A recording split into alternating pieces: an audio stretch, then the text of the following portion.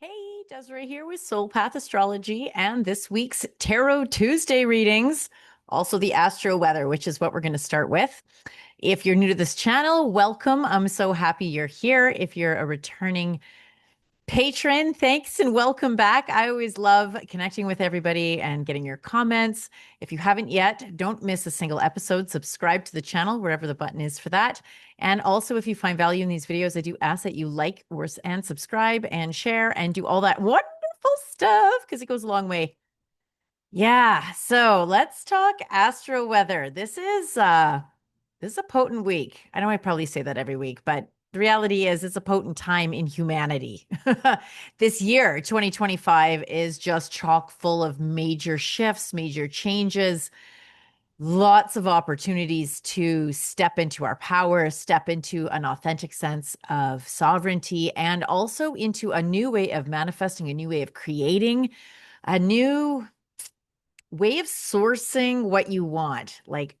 And recognizing that there's a new way to arrive here. Well, it's not new, it's ancient, but a new way for us generally, collectively, to see ourselves in our role on the planet as stewards and caretakers and conduits of harmony and balance and regeneration and like there's so much opportunity here to step into a way of being that just feels so full of life rather than depletive and anti-life, which is really for a lot of people how it's been feeling. Here in Edmonton, I'm overlooking the skyline and it's smoky as hell. This is just really indicative of being out of balance. That, but also because nature is so awesome, she's always recalibrating. So even in the tragedy of fires in a forest fire, it burns things away that need to be burnt away. And it creates this richness in the soil for new life to emerge. And that's what's happening. That's what's happening globally. That's what happened. It's what's happening collectively. And this week in the astrology, something really beautiful has happened. Yesterday, which is Monday, the 8th, Jupiter moved into Cancer. It's been residing in Gemini. It doesn't like being in Gemini. It's a challenge for Jupiter's expansive energy to be there. But in Cancer, so if things have been felt kind of crunchy for you, that might be one of the contributing forces towards that. But as it moves into Cancer now, Jupiter loves being in Cancer. It finds its expression of benevolence and expansiveness and openness so easy in Cancer, and it's expanding Cancer's vibes. They're loving, they're home centered, they're maternal, they are feelings based. So Jupiter in this sign is increasing our capacity for warmth, for connection, for friendship, for society, for seeing things, as a tribe, as how things are interwoven in family, and family can expand far beyond blood, obviously, right? So that's coming into play. That's what's going on at its highest octave. At its lower octave, this is, passive aggressive. Cancer can struggle to be direct. It can get very moody, right? So Jupiter might be expanding these too. And so there's importance here in learning how to work with these archetypal energies and where in your chart this might be falling. Is it falling in your friendship group? Is it falling in your self-concept? Is it falling in your relationships? Is it falling into your home house? This is going to be dependent on your birth time. If you want a deep dive, I would love to. There will be a link to my calendar in the description of this video, as well as a pinned comment. If you want to explore that deeper, let's do that. So that's yesterday. That's going to have an influence on us for quite some time. I can't remember the exact numbers, but I feel like it's a while. Okay, at least a month, maybe a year. I can't remember. Don't hold me to it, but it's a significant period of time. Relax into this, enjoy it, because it's going to have an impact for a while. Tomorrow is the full moon. Now, full moons are always about completions. It's about shedding the bright light on whatever is coming up to be released, whatever is coming up to be finished. It's it's a really beautiful time to have a full moon. It is in Sagittarius, and Sagittarius loves to be expansive. In fact, Jupiter is Sagittarius's ruling planet. They go together. They have a similar vibe. So think expansiveness, think travel, think philosophy, think big-minded ideals, and having Jupiter imbuing all of this with warm fuzzies, there's this really lovely energy of harmony, which I think we so desperately need right now. And so, because we cannot connect to external things, you can't really fix out there. What can you do inside in your own life, in your own inner atmosphere to bring in more expansiveness, to bring in a sense of like, softness, self-nurturing, self-care. And by self-care, I don't mean like getting your hair done or your nails done. I mean like the real self-care. Like, how do you attend to your energy? How do you attend to your playfulness? Right? Because our play and our joy and our creativity, this is where our vitality is sourced from. And so, how can you tap into that so you can bring some joy and some life and some vitality back into your life? Maybe that's going in nature. Maybe that's hanging out with friends. Maybe it's dancing, it's singing. Maybe it's whimsy play. Who knows? Maybe it's making silly sounds or moving your body in silly ways. Just do whatever you need to do. Capitalize, allow what wants to arise in your body to be left for this full moon tomorrow, the Wednesday, the 10th, the 11th. Allow that to shed. Let it come up. Let it go. Let it go. If you want a deep dive on that one, you know where to find me. The link to my calendar is going to be in the card description as well as a pinned comment. Yeah. Let the full moon move what needs to be released. And sometimes it can be helpful to have gratitude over what's being let go, right? Like, this doesn't have to be a throwing away energy. It can be in gratitude. Thank you for your time. Thank you for your service. Thank you for whatever belief system or friendship or work situation or item. Maybe it's clutter in your house that's ready to go. Maybe it's a decor thing that wants to shift and change. Maybe it's just you're entering into a whole new chapter. Thank the old one. Have gratitude for it. This isn't about rejection.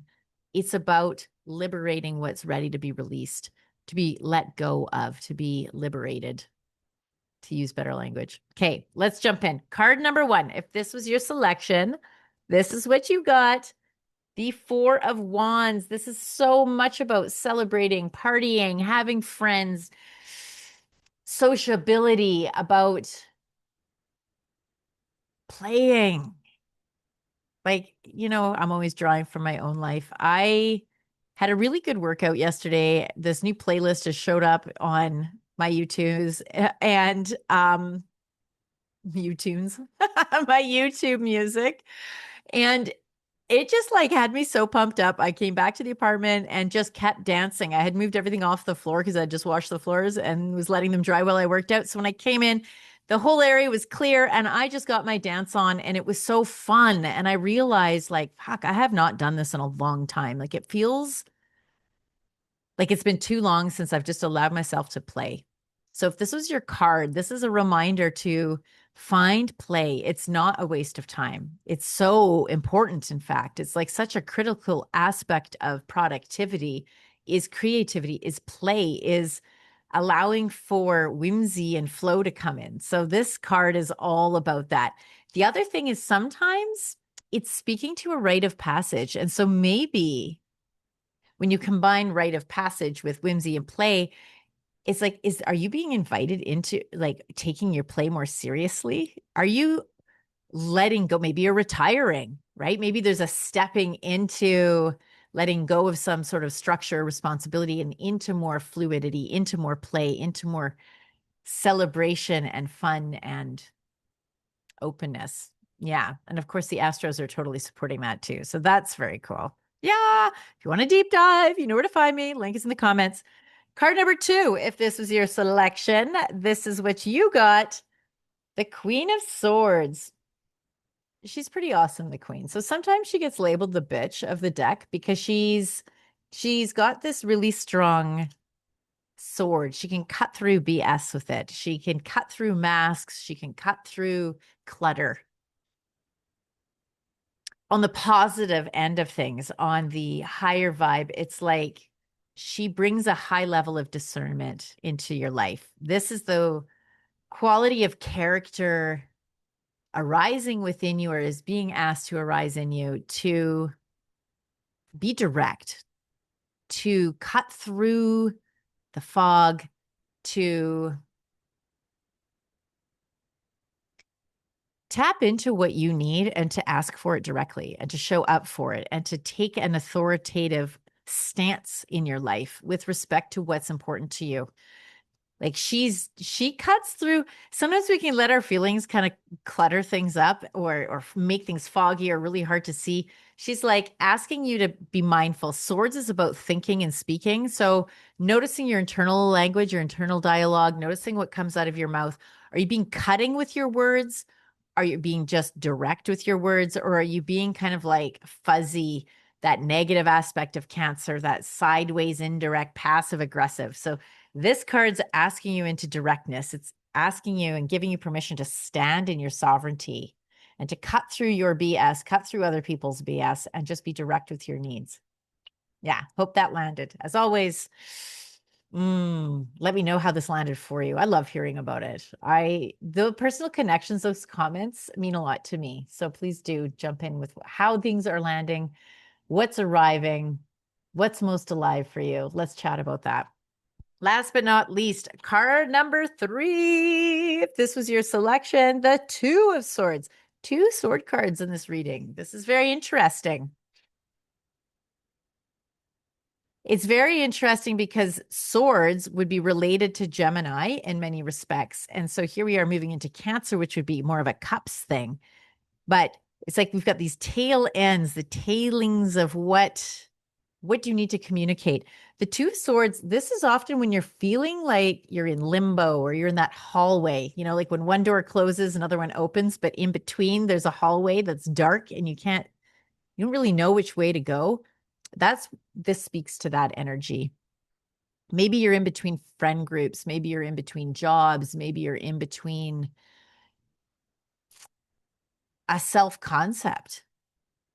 Maybe you're in between, you're just starting a new relationship or you're just ending one. Maybe you just are having a baby or maybe one's moving away from home, right? Like this is a card of the sacred space of in between and often feeling a sense of indecision or not knowing which way to move forward. And that can be a hard place to sit in. But it's so vital to cultivate the capacity to sit in the not knowing and grow that muscle of trust. Like you don't have to know everything right now. It's okay to be in a state of surrender, allowing for the universe to open that other door now that it's closed one. And just trust that that's going to happen. Trust that you're in this liminal space of uncertainty and practice holding space for your uncertainty, your fear, your discomfort, your crunchiness. You don't have enough information yet to make the right choice, so don't make a choice. That's really what this card is about on its most like basic level. And then the deeper level is, so cultivate that trusting that when it's time, you'll know, and you'll know it in a deep embodied way. So sit there with that. And in the meantime, maybe you ask for your need to have fun. Hope that landed, you guys. Know that I love you. I hope that you have a magnificent week. As always, if you find value, please do. If you haven't yet subscribed to the channel, hit the notification bell so you don't miss a single video. And in the meantime, enjoy this, and we'll see you next Tuesday. Bye for now.